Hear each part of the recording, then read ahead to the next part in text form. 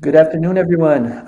We are live, and Anna will be our host for today. So I'll just hand it over to you, Anna. Thank you so much, and welcome everyone to the second Community Learning Series event. I'm just getting my slides up here.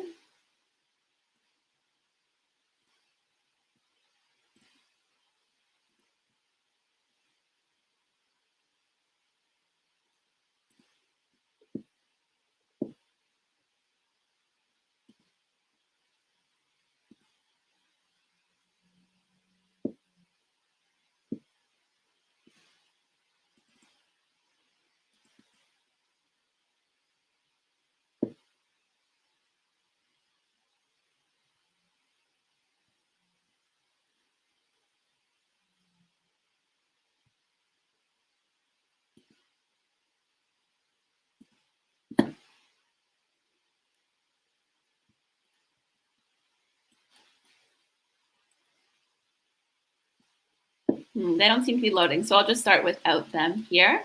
So welcome to the second Community Learning Series event called Doing Business for Good, Case Studies in Sustainability. We're going to have a 1-hour lunch and learn today. And on the agenda, we first have a land acknowledgement. Then we're going to do an introduction to StreamYard, which is the platform that we are using for this event.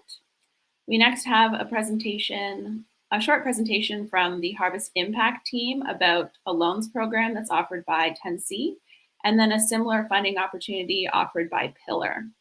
I'll then do an introduction to the SDG Cities project, and then we'll have both of our speakers make presentations about their business models. First up will be Simone with The Conscious Kitchen, and then Aaron with London Brewing. At the very end, we'll have a question and answer time that you can ask any questions from any of our speakers. So to start off, I'd like to start with a land acknowledgement.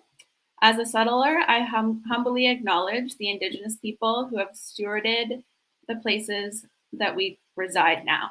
To realize a just and sustainable future, we must recognize the harmful legacy of colonization, both past and present, and go forward together in the spirit of reconciliation. I am presenting today from Guelph, and Guelph is located on the ancestral lands of the Attawandaron people and the treaty lands of Mississauga of the Credit, First Nations, and Anishinaabe, Haudenosaunee, and Métis. Since this is a virtual event and we're in different locations, I encourage you to learn more about the land you reside on or your organization resides by visiting the website whose.land to learn more. As a lifetime learner, I'm committed to continuously learning more about this history and how best to move forward. Now we're going to hear from my colleague Jess at 10C, who will tell you more about the Harvest Impact loan program. Hi, everyone. You can hear me okay? Great. I'm going to start sharing my screen.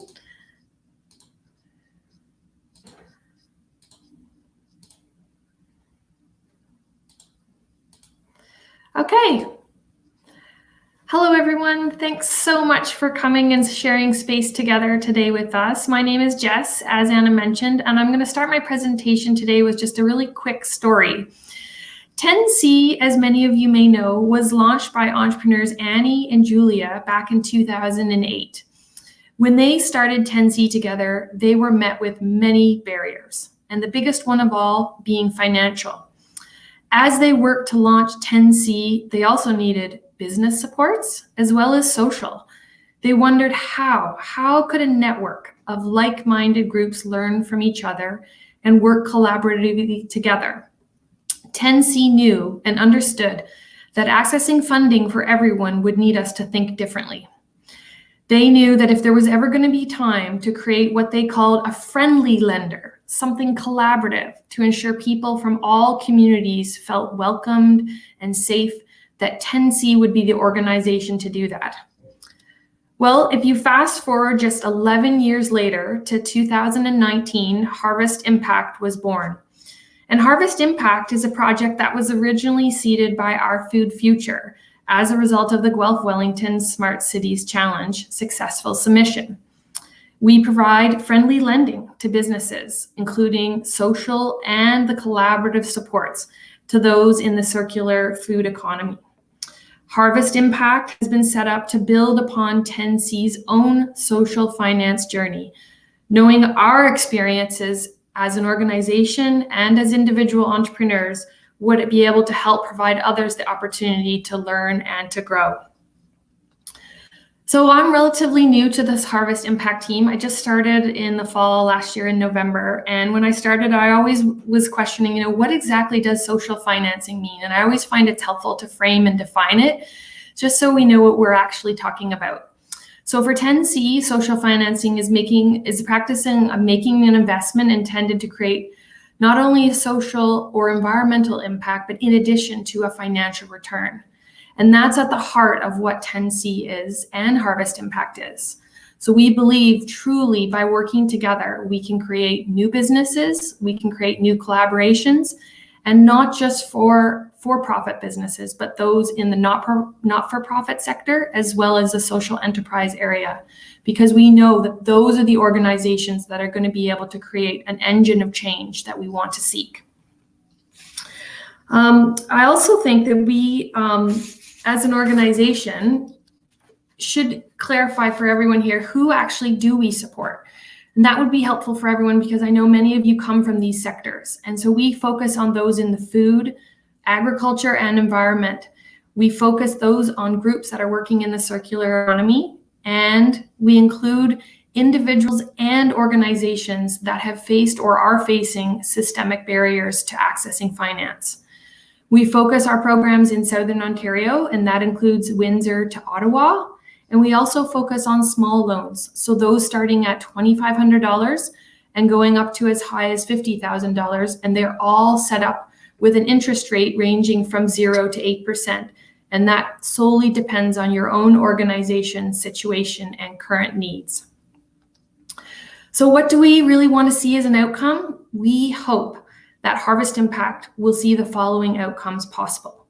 And there are many of them, and we connect each of these outcomes to the SDGs, and we measure individually and collectively the impact areas so that we can work to create not just an equitable, but a sustainable future. And I hope it's through today that we will be able to share a story like we're hearing from Simone and Aaron, learning from each other's experiences to make this work possible. So in terms of what next steps are for me, I would love to meet you and learn more. If you have questions about loans and financing, please reach out to us. 10C is also really connected into Innovation Guelph and Our Food Future, and we would be happy to help guide you through the programs offered through the CROIL program through the Smart Cities office. So please reach out if you can. Thanks.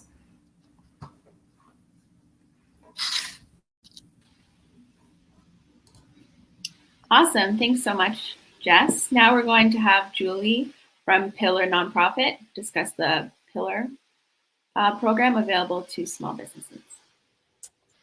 Thanks, Anna. And thank you, Jess. I came far less prepared than Jess, so I'm very impressed with her presentation. But I do have a little a resource to share as well. So I'm Julie Forrester. I work at Pillar Nonprofit Network, the other sort of core partner on the SDG Cities project. And specifically, I work in our impact consulting team. So we do coaching and consulting for social enterprises, impact-focused businesses, community good nonprofits. If you're trying to do good in the world, then we can help you with coaching or consulting. That's what we try to do. And because of that, we also like to spread the word of funding that we find that's available to hire coaches and consultants. We know that not everyone can afford to bring on the team members that they want to. And so when we hear about funding, we like to spread the word. So I don't have a beautiful PowerPoint, but I will get SDG Cities to share the link to InnoWeave in the comment section so that you can look it up. So we are not the funders for this. We're just helping to promote the program. However, I do have lots of information about the program, and I'm happy to connect with anyone who's interested in applying. And so I can one-up Jess in one way, that this is funding, not financing.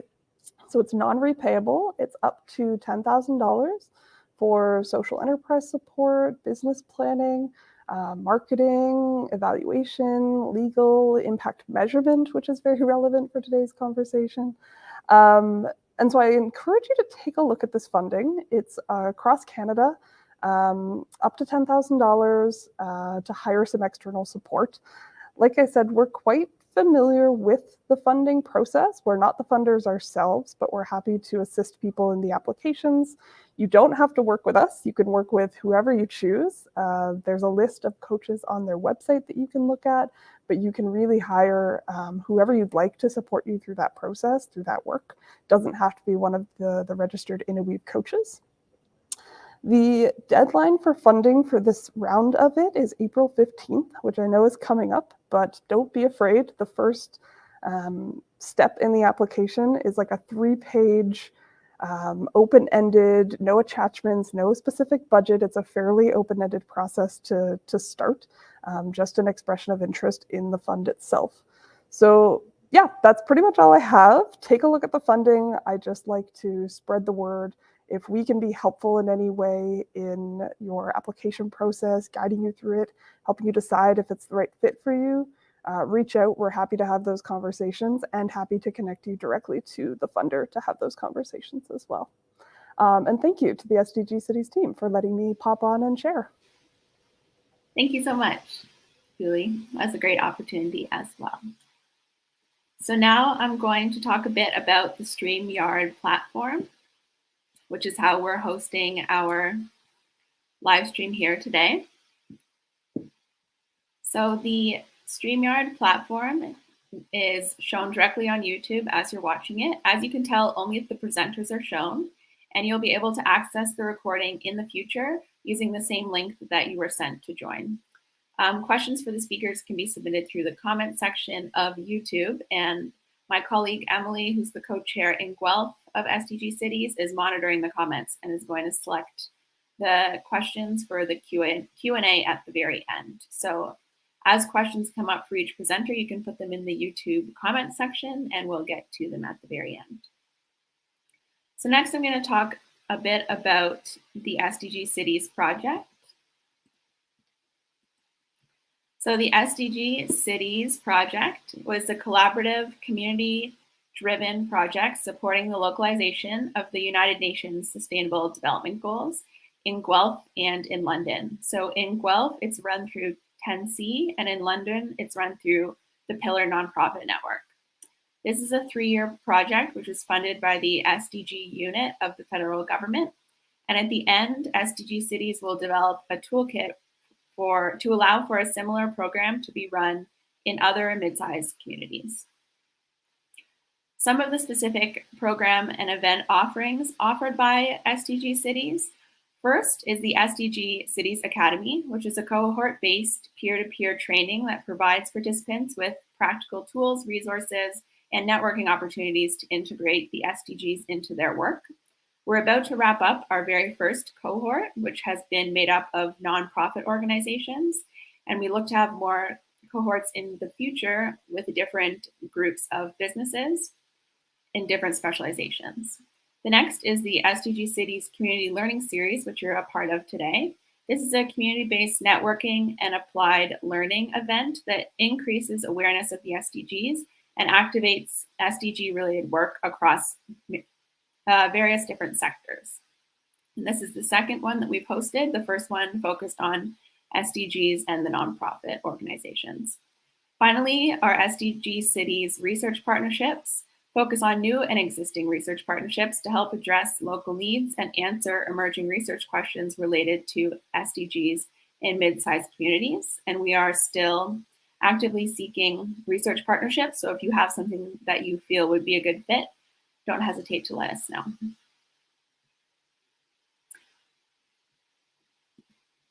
So if you want to get in contact with us or get involved in any of our program offerings or want to learn more, you can contact Emily Hansen, who's the SDG Cities co-lead in Guelph, through 10C, or Luis, who's the SDG Cities co-lead in London through Pillar, or myself, I'm the SDG Cities researcher, and I'm based out of Guelph at 10 Carden.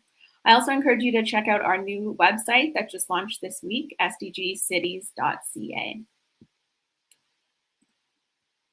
So now I would like to introduce our first speaker, who is Simone. Simone works for The Conscious Kitchen, which provides nutritious, pre-prepared meals in reusable containers for delivery to customers in Guelph, KW, Collingwood, and more. The Conscious Kitchen aims to create a community-based hub that connects people who care about where their food's coming from, who's growing and making it, and how it's impacting the planet. Through their work, The Conscious Kitchen makes sustainable food more accessible and easy for consumers to access. So we're very excited to have Simone here from Conscious Kitchen. Thank you. Great, thank you. Thanks so much, Anna and Pillar and 10C for having me. I love talking about sustainable business and The Conscious Kitchen, so it's a real pleasure to be here. And I will start off by saying that we have accessed now, I think, 2 rounds of the $10,000 loan from the Harvest Impact Loan, and it's great, 0% interest, and as a small business, cash flow is always top concern, so it's been really helpful for us. So let me share my screen.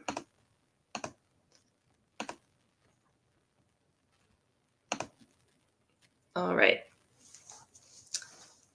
Okay, so yeah, as Anna mentioned, we're a fresh prepared meal delivery service. We started in Guelph, and we now serve Guelph, Kitchener-Waterloo, and the Collingwood areas. And so I'm going to talk a little bit about our business and really like the sustainable business model that I think has really helped us set ourselves apart, and also has allowed us to grow and be profitable. And you'll notice there's 2 different, businesses at the bottom, our Instagram handles. One is The Conscious Farm Kitchen, and we also just have started our own business coaching and bookkeeping. And so I'll talk about that a bit at the end, because now beyond growing our business, our goal is to really help other food and farm entrepreneurs make a living through their small business ethically and sustainably. So I'll share more at the end. So before I start, I'll just situate where I'm calling from. So I'm an hour and a half north of Guelph on Saugeen and Ojibwe Nation territory. And my partner and I, Celeste, we moved out here a year ago. So we're on a 5-acre farm, and just super grateful to be on the lands up here. And I guess for context, it's also like half an hour south of Owen Sound. So it's kind of just right in the middle of that large green area there. So I joined The Conscious Kitchen, I guess, formally a year ago. Celeste and I, who is my partner, were co-owners of the business, but it was really started 3 years ago by her. So at the time, we had just started dating for a year. She just graduated undergrad at university and was working at a local nonprofit, but is kind of not fully satisfied, a little bit bored. She definitely has like the entrepreneurial spirit, despite not studying business in undergrad, studying environmental governance, so having a background in sustainability, local farming, social justice, that kind of thing. And there was a few things that kind of came together that really triggered her to start the business. So again, looking for work that would pay above a minimum wage was kind of top priority at the time. Applying for so many nonprofit jobs just with an undergrad, and really seeing the wages starting at minimum wage, and kind of wanting more, and wanting just a more fulfilling role. So there was that, and it kind of happened in a way on happenstance. So Celeste was part of this Guelph vegan Facebook group, and someone posted saying, "I've just become a new stepmom to 2 stepkids. I don't know what to feed them. Can someone help?" And so Celeste, again, not having a background in culinary, but having basically cooked dinner for her family since the age of 10, and just being like a self-taught chef and pretty good at it, she said, I can do it. So started cooking for this one family. That person told 2 other friends. So she's just cooking, for 3 families each week. And at the same time, a passion of Celeste was looking at Kijiji commercial real estate and rents. And something about Guelph, and maybe similar, in London and surrounding areas, is commercial space for rent, like kitchen space, is really hard to come by. And that's why the Nourish Kitchen is really such a needed service. So had been scouring that, and really there was no commercial space available. So when one did become available, she reached out to another vegan business owner. They went in on the lease together, got it certified. And that's really when the business started. So this was May 2019. And at first, there's lots of changes that you go through as a small business. You'll see there, it was called the Conscious Grocer. We were doing prepared meals and also zero waste grocery. But that kind of shifted as we really focused on the prepared meals, because the margins and just the efficiency was better there. We were doing markets for the first summer. Pictured here is us actually there was a 10C sustainability market, but kind of shifted away from doing that, really focusing on our direct to consumer delivery. So basically since then, I guess 3 years later, the company has really grown. We're now in 3 markets. Our revenue each year is around, 350,000. There's 3 of us full-time employees in the business. And we're serving around 100 families a week. So again, just to give you a sense a bit more about what we do and what we offer. So we have, it's basically 3 to 5 rotating meal options each week. So kind of like a HelloFresh, right? Where there's your meals, and you can select which ones you'd like delivered, except these are freshly prepared for customers. We're sourcing local, organic, all plant-based ingredients. And that was, again, really important to Celeste from the start. She had been ordering from a community shared agriculture program, like CSA, from a local farm for 3 years. And so it was actually them that we first reached out to source our vegetables from. And we started contracting out some of their crops, buying some of what they couldn't sell in their CSA, and have really grown that partnership since. So local agriculture, local farming, that was just something really important to Celeste from the start, to both of us. And then also plant-based, as we're all vegan, except a lot of customers, surprisingly, over 50% aren't actually vegan. And many don't even know we're plant-based, and they order because of the convenience, and I guess because of the convenience, the taste, and so on.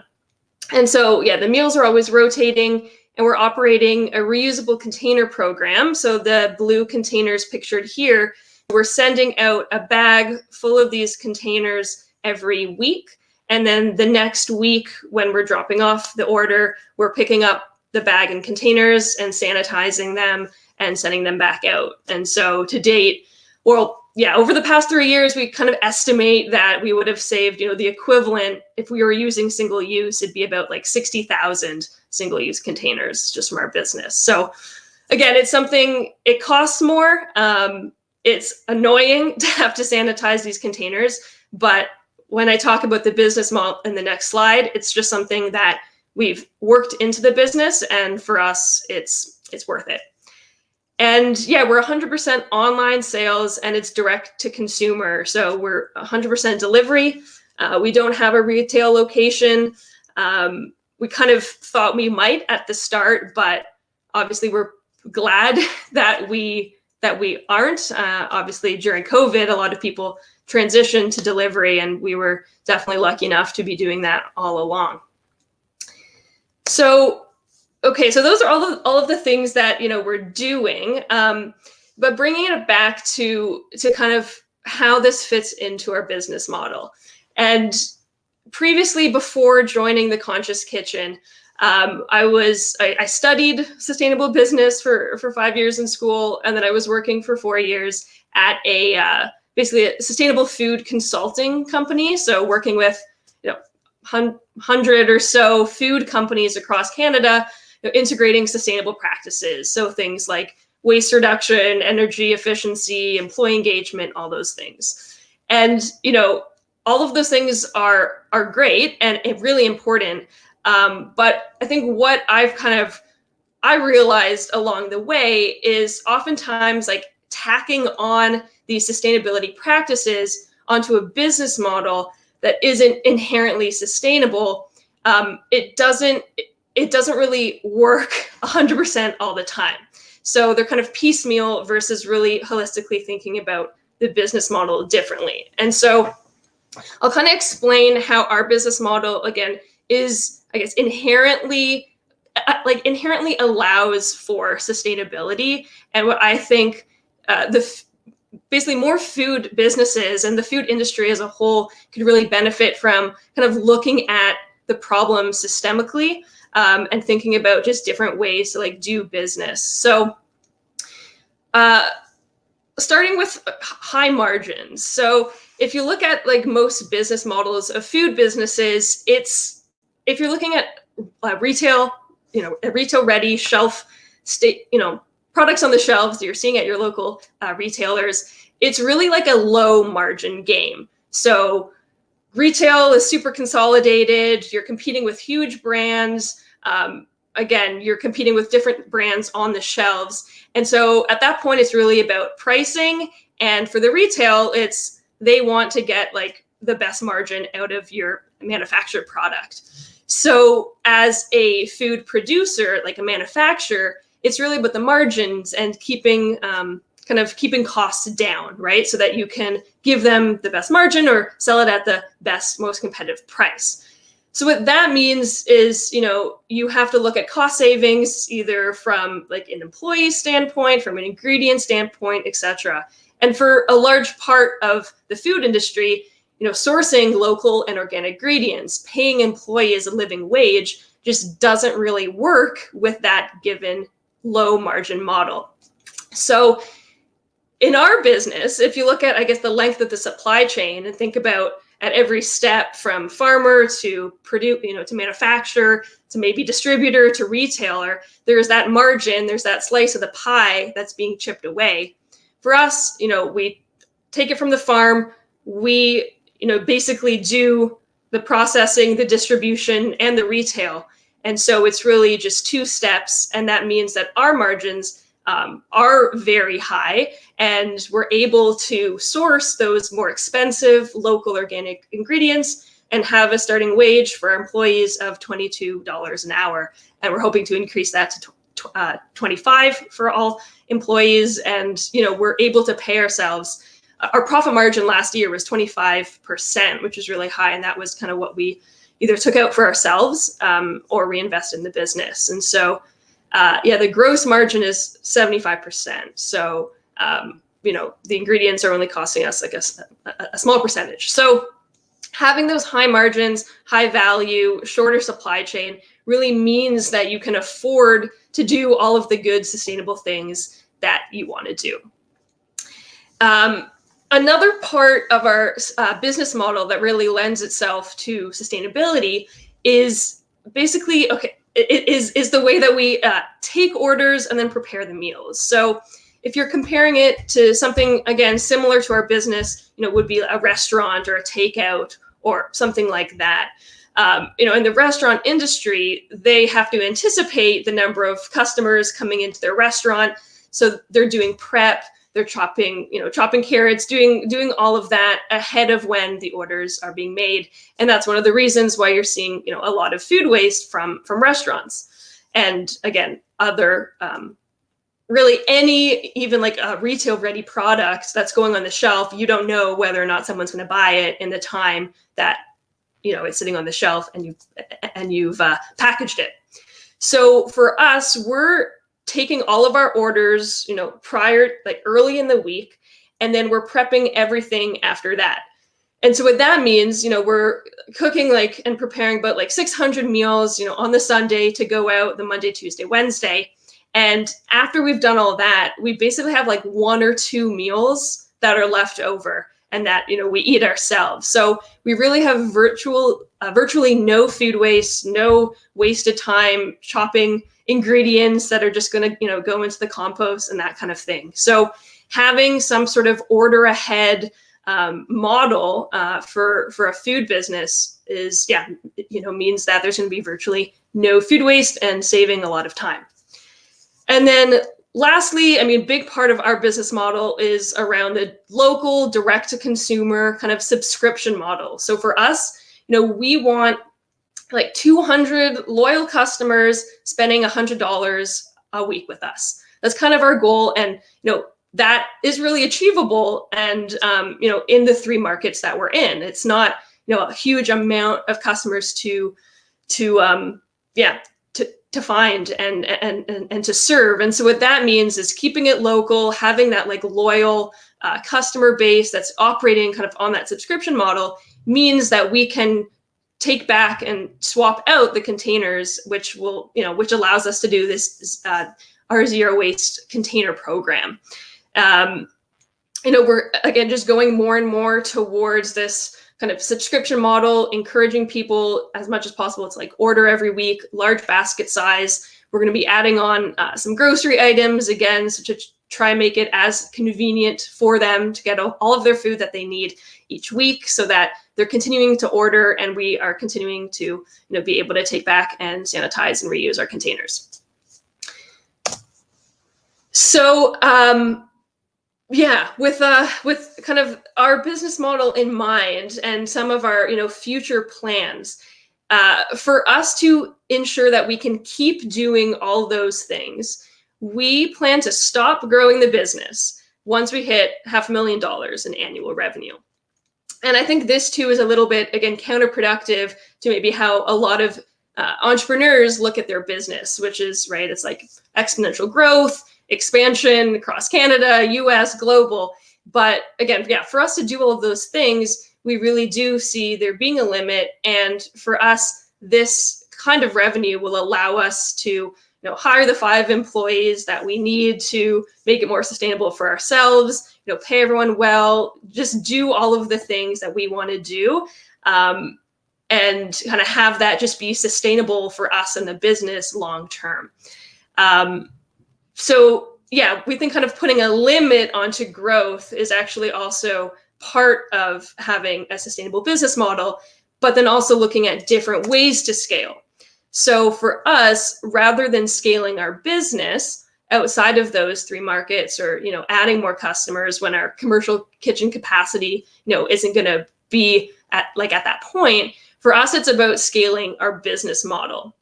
And so that's where our other business, Slow Growing, comes in, because for us, it's about helping other food and farm entrepreneurs kind of create a, similar or kind of like aligned, sustainable business that can support them, support their employees, is ethical and sustainable. So we're doing that in a few ways. We do have one-on-one coaching, and so it was nice to hear about Innoweave. I'll check that out to see if any of our clients could benefit from that. But there's one-on-one coaching. We do like workshops and speaking about different concepts, of running a business. And we also have some ideas and plans in the future to kind of have some sort of like out of the box course or program to help other entrepreneurs kind of follow all the steps that we took to get to the business to where it is, and kind of avoiding a lot of those common failures that we had to go through. So, we would love to see more young entrepreneurs like us running a similar type of, conscious kitchen in different parts of, the country, and really obviously make it their own. And so that's why, I'm excited to hear it from Erin, because I know a lot of what they're doing, again, similar business model, I think is so amazing. And that's happening down in London. So, would love to see more of these kinds of business models in more cities. And that's what we want to help other entrepreneurs do. So if, you have, any questions, happy to answer it in the time that we have at the end of the presentations. But also feel free to reach out to me, Simone at slowgrowing.ca. And then for the Conscious Kitchen, our website is theconsciousfarmkitchen.com and at the Conscious Farm Kitchen. So yeah, thank you so much. Thank you so much, Simone. That was a really great presentation. And I'm going to look into ordering some meals for sure, actually. So our next speaker today is Aaron. Aaron works with London Brewing, which is the first worker cooperative brewery in English-speaking Canada that emphasizes the importance of building ties across the industry and related industries within the city and the surrounding community. London Brewing is one of 2 independent craft beer breweries in Ontario certified to brew organic beer. And through their work, the London Brewing is committed to making sustainable choices and believes a more equitable society starts with a democratic workplace. So I'm very excited to introduce Aaron to talk to us here today. Thanks, Aaron. Thanks, Anna. Yep, my name's Aaron. I'm the head brewer here at London Brewing. Very, very excited to be here today. Generally, my day job is cleaning tanks, making beer, making sure we don't run out of ingredients, doing hop forecasting so that we don't run out of ingredients in 2 years, making sure we have our cans and all that. So this is a bit of a different Friday for me. So London Brewing, we're a microbrewery here in London, Ontario. We weren't always a microbrewery. We started out as a nano brewery, which is like pint-sized. We were operating out of the back of the Root Cellar Organic Restaurant here in London, done on Dundas, on a little system that produced about 120 liters of beer at a time. And we sold all of that through our monthly pop-up shops out of the front of the restaurant. And then we decided we'd like to get paid to work as a worker-owned cooperative, and we scaled the business. So we're now in sort of a light manufacturing facility. Our batch size is between 20 and 40 hectoliters, so that equates to roughly 3,700 to 7,400 tall boys of beer. And we do things a little bit differently. As Anna mentioned, we're one of we're the first. We're one of 2 worker-owned cooperative breweries in Ontario. The other being Together We're Better in Guelph, or KW rather. Great folks there. With the recent purchase of Bose by Steam Whistle, or the merger, I guess we're the only independent craft brewer of organic beer in Ontario now. And we were also the first craft malt certified brewery in Canada. So we're committed to using at least 10% craft malt in all of our beers. And that's a really important feature of sort of not only the quality of the product that we produce, but our commitment to sustainability. So we're going to try and connect this out to the Sustainable Development Goals, and there's certainly a few of them that'll be able to touch on.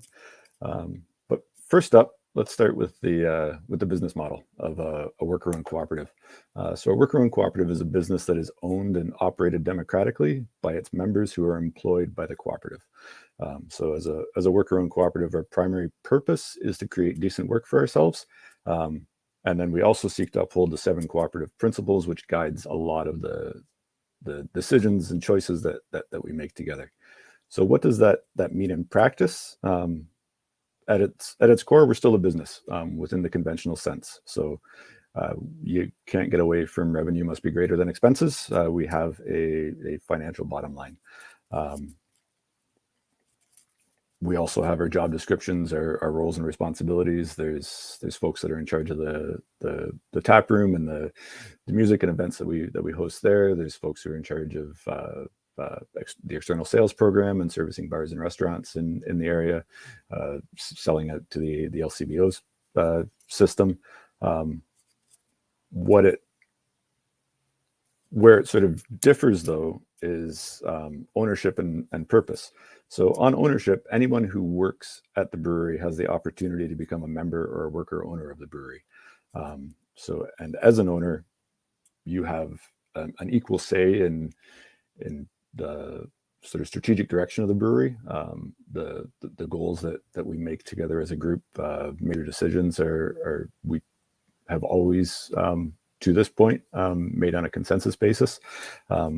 but it is a one member, one vote system versus a conventional corporation, which operates on a $1, one vote. The more of a company you own, the more say you have over its direction. Also differs in terms of how we were able to raise the initial capital to get going. We conventional sources, bank loans, as well as through the issuing of preference shares to investors. And they're different investors than an investor into a corporation. They're folks who sort of understand our mission of producing a different kind of craft beer, focused on using local and organic ingredients. And there's a limit to the return.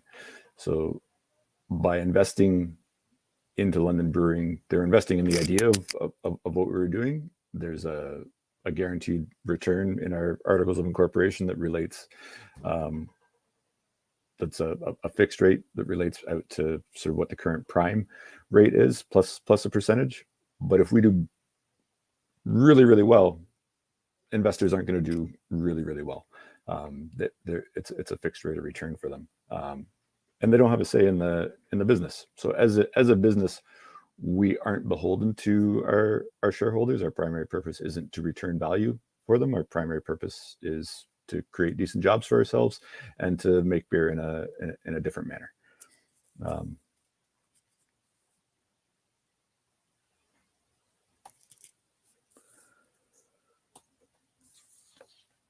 And that's led to, this is just sort of sharing of some of the cooperative principles. Concern for community ranks highly for us, and it's what guides a lot of our sustainability decisions. Connecting these out to sort of the sustainability goals, a fairly clear relationship to decent work and economic growth. That's what we want to do. Reduced inequalities. We're proud to be a living wage employer. Beyond a living wage employer, we also operate on a fairly flat pay structure. So it's 1.3 to 1 from the highest paid to the lowest paid employee. So it is decent work for ourselves. I'm also going to connect it out to peace, justice, and strong institutions. As a democratic workplace, understanding that democracy doesn't function on a once every 4 years we go to the polls, but it's something that we practice in the day-to-day. The building consensus, interrogating differences, respecting difference, all of that is built into how we operate and is necessary as well for a healthy functioning democracy. And we've seen recently sort of how fragile that can be. So certainly proud to practice democracy at work here. But we make beer, and beer is an agricultural product. The main ingredients in beer, grain and hops, are grown on a farm, and it takes a lot of grain to make beer. At our scale, it's about a half acre of grain to a batch of beer.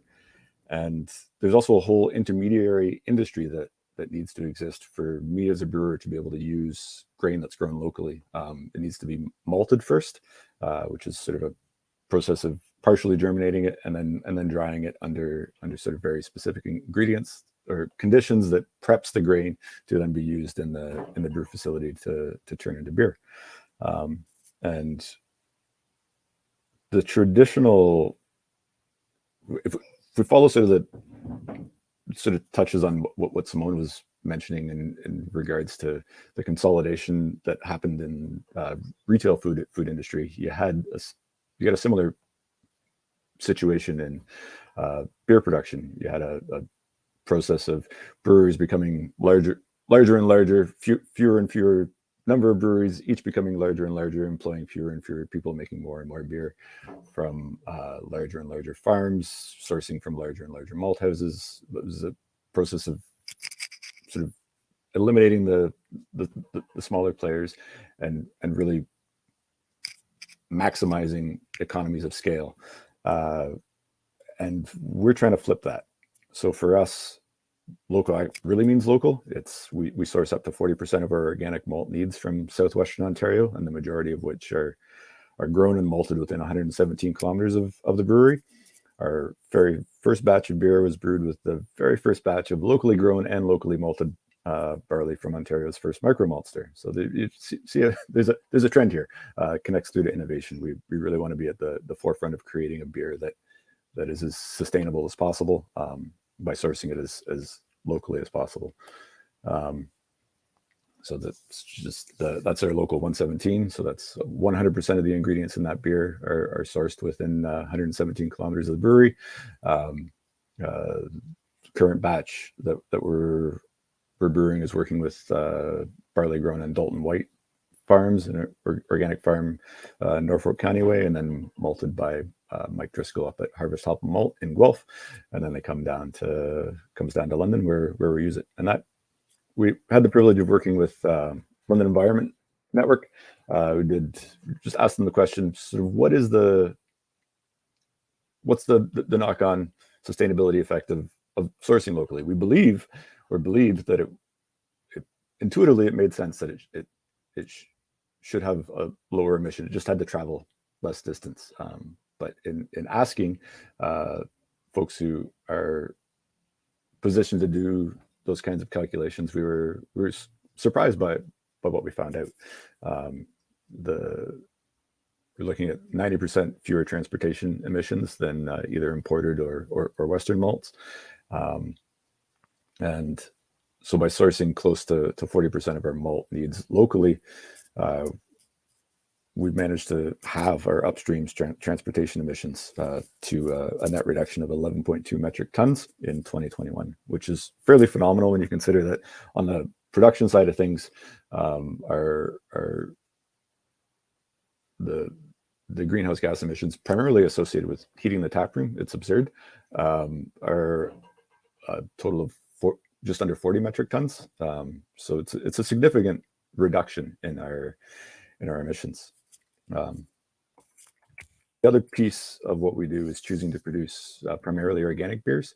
So what that means is it's a regulated product. So we have regular audits to ensure backwards and forwards traceability of the organic ingredients and the forward traceability of the products that we produce, which is not only about the quality of the beer that we're making, but the sort of concern for the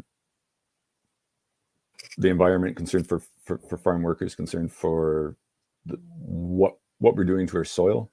So it's beyond just the prohibition on the use of petrochemical based chemical inputs, your pesticides, your herbicides, your fungicides. Organic production is actually also associated with a 40 to 60% reduction in overall CO2 emissions as compared to conventional production after you make it through the transition period. And the focus on soil health and organic practices really improves soil's ability to act as a carbon sink. It also reduces topsoil loss and reduces irrigation requirements. So there's a whole knock-on effect that happens, and at a half acre a batch, that as we grow, it translates into sort of significant impact on Southwestern Ontario farmland, which we're pretty proud of as well. This was something that we actually worked through with Simone. There's just some other things, the dribs and drabs that we work with, trying to reduce our footprint, and we were fortunate enough to receive some funding through.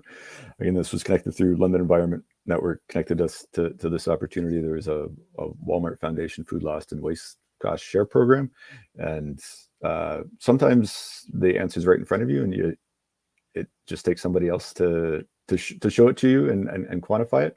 So Enviro Stewards came in and they went through a sort of a food waste audit of where potential beer losses were happening inside London Brewing, and they identified an opportunity, really low cost, for reducing beer losses that amounted to CO2 emissions reduction of 8 metric tons, fairly substantial. And it involved pre-chilling the canner with sanitizer or cold water, as opposed to waiting for the temperature to drop from using beer. Very simple, and very, very happy that that was presented to us. Other things we've done around the space: air curtains above our bay doors, our main shipping receiving door, and as well as our customer doors. They're fairly simple technology, just a high efficiency, high speed blower that drops an air curtain down in front of the door that prevents the cold exterior air from entering the building. Makes a phenomenal difference in the amount of extra energy we'd require to heat the building. As a group, we went through and made the decision. Well, the pandemic kind of forced it a little bit as well, to heat our patio. And when looking at sort of your conventional mushroom heaters, which use propane, which is really inefficient from a greenhouse gas perspective, or an overhead tube heater, by going with electric and putting in automation controls so that the customer chooses to turn the heat on if they're cold, and they're timed to a 20-minute sort of increment. And if it's warm enough outside, they don't turn on at all. We're able to keep the emissions substantially lower. They run at about 5% of the emissions of a gas heater. Other things, high efficiency heat exchanger. So when we're chilling out the hot wort at the end of the brewing process, we're able to use pre-chilled water from our cold liquor tank, run that through the heat exchanger. So we're using less water to cool than what we're putting out in beer. And we're also recapturing all that energy. It comes out as hot water back into the hot liquor tank that we can then carry forward to subsequent brews or cleaning. Having flow meters all throughout the space so we can just measure our water use means that our beer uses about 40% less water than the industry average. So the sustainable processes have an impact. Other little things that we did that, as Simone mentioned as well, they cost more, but if you build them into your business, and it's sort of an acceptable cost of doing business, because the alternative of plastics in the ocean is not acceptable. So dealing with the LCBO system, there's a requirement for how the product needs to show up, and we went with a fully enclosed shipper of from recycled content versus standard format of using plastic shrink wrap over your cans. And a couple of years ago, we switched, or you see, might be less than that. Time is strange. We switched over to biodegradable 6-pack rings as well. So really quick wrap up. So clean water and sanitation. Beer is water. Conserving water is really important. It's built into how we track what we do here at the brewery. Responsible consumption and production. So really paying attention to the ingredients that we choose to use in our product, and what the impact on the environment and our local community is. Seeking to reduce our emissions wherever possible. And on the life below water, most plastic unfortunately ends up in the Great Pacific Garbage Patch, it seems. So doing whatever we can to reduce the use of plastic inside of the brewery is critical. That's all I got. Thanks for listening to how we make beer a little bit differently here at London Brewing. If you have any questions, feel free about the cooperative business model or organic production methods or any of that. Aaron at londonbrewing.ca. Certainly feel free to reach out. Thank you. Thank you so much, Aaron, for that presentation. That was really great. And I loved the inclusion of the SDGs as well. So now for the last 5 minutes of the community learning series, we're going to have a bit of a question and answer period. Emily has been monitoring the comments and has some questions lined up for our speakers. So I'll let her take it from here. Thanks, Emily. Thanks, Anna, and thanks so much, Simone and Aaron. It was really inspiring to hear you talk about your businesses and how you sort of ground them in those principles of sustainability. There was a question, Simone, for you about deposits on your reusable containers and how that works. Mm-hmm. We started, so when we started, we tried like a membership fee, right? So it was like membership for a year that included kind of a deposit. And what we've found often with these like extra fees, it is a deterrent for people. Like they just see this as like, you know, like they're just going to lose this money. There's like, they're not getting value for that. So what we did is we dropped the membership, and we do just build in the cost of our containers into our pricing. And, you know, we account for some losses, but we just build that in. So there is no deposit. We're getting probably, you know, 9 out of 10 kind of customers' containers back. So we're maybe losing one kind of batch a week, something like that. That's great. Thanks a lot. There's another question in the comments, just Aaron, about your business model. I don't know. They asked if you could share your business model. Our business model is let's see. The business structure is a worker-owned cooperative. Mm-hmm. The business, there's resources available if you're interested in that business model from the Canadian Worker Co-op Federation, cwcf.ca. We'll have a lot of resources for sort of getting into the details. Apart from sort of what I addressed in the presentation in terms of the one member, one vote basis, folks, it's a probationary period of about a year.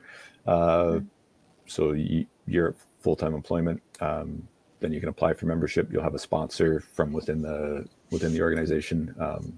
The idea being that over that length of time, you've worked with all of us. You have an understanding of what the work is. You want to be here. We enjoy working with you. You bring value to the organization. There's a financial investment as well, but there's an offsetting loan program provided by the brewery so that it's open, it's available to everyone. Once on the day-to-day, it functions as a business, as I mentioned. So you mm-hmm.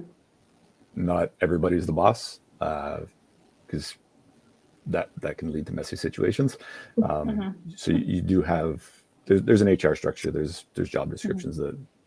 those kind of requirements. But when it comes to major decisions or seeking to sort of guide the strategic direction of the brewery to ensure that we're sustainable, everyone has the opportunity to sit on the board of directors, to run for a seat on the board of directors that sort of governs the bigger picture, the why of what we do. The how is handled at the team level.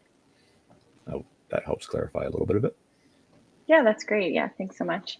So we just have a couple minutes left, and I don't see other questions in the chat, but I just had one that was maybe for both of you. I don't know if one or both want to answer, but you talked a bit about the things that you're doing to actively make your businesses more sustainable, whether it's reducing GHG emissions, food waste, buying local, being plant-based. I just wondered how important it was for you to share those things with your customers.